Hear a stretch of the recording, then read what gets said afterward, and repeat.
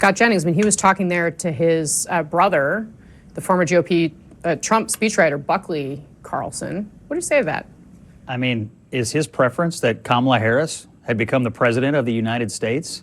That will come as a surprise to, I'm sure, a lot of people who used to view Tucker Carlson as a conservative and someone who, had certain kinds of values. And what's he sorry for?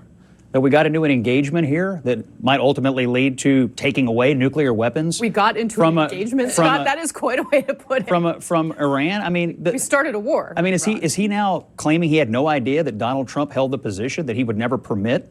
So Tucker's son recently lost his job at the Vance's office for obvious reasons because his father is going after the president. They can't keep him. He's a liability. I completely agree with Scott Jennings here. Tucker's throwing a tantrum.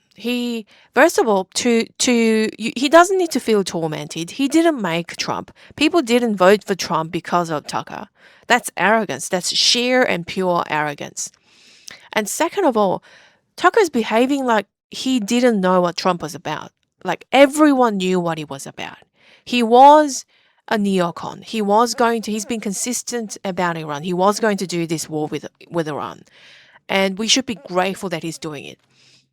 And now, all of a sudden, Tucker didn't get whatever he wanted to get. So he wants to change the lane, but he doesn't understand the implication. He has so much clout. It's true. He has so much power and influence with the vast majority of the mess.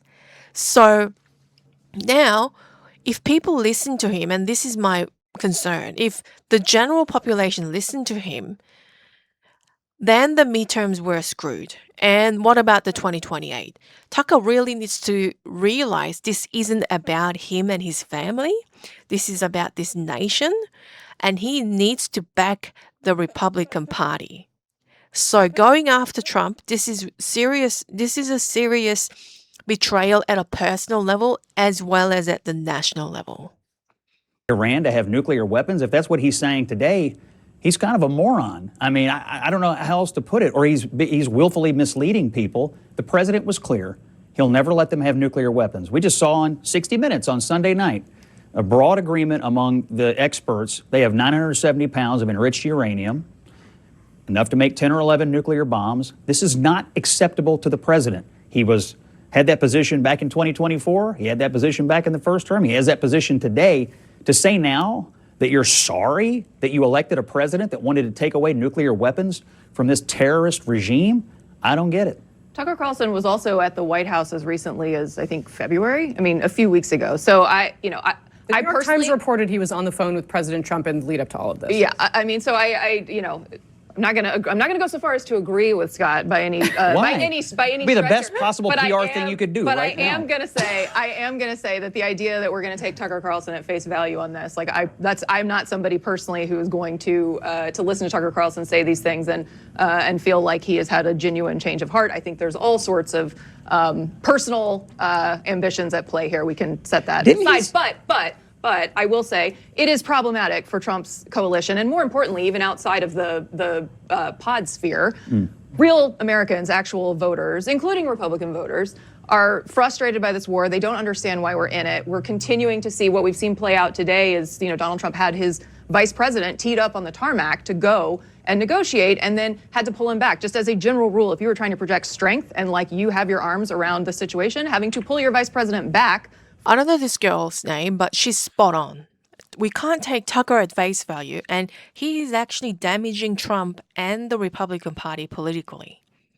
It's more like a personal vendetta turned into a national agenda.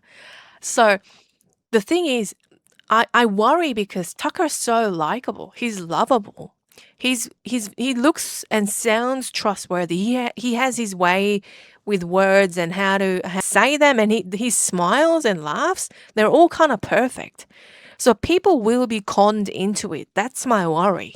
From traveling to the negotiations, not a great signal. So I think in addition to the fact that gas prices, oil prices, airplane tickets are going up, Trump is also eroding on this sense that he is strong and in control. So politically, hugely problematic for him. So the president has called Tucker a low IQ person because he is extremely upset with how he's reacting. My group chat is people either being like, the grift is strong. It's a real shame that Tucker has turned against Trump, and the Democrats are loving every moment of this. Really, this is the last thing we need right now.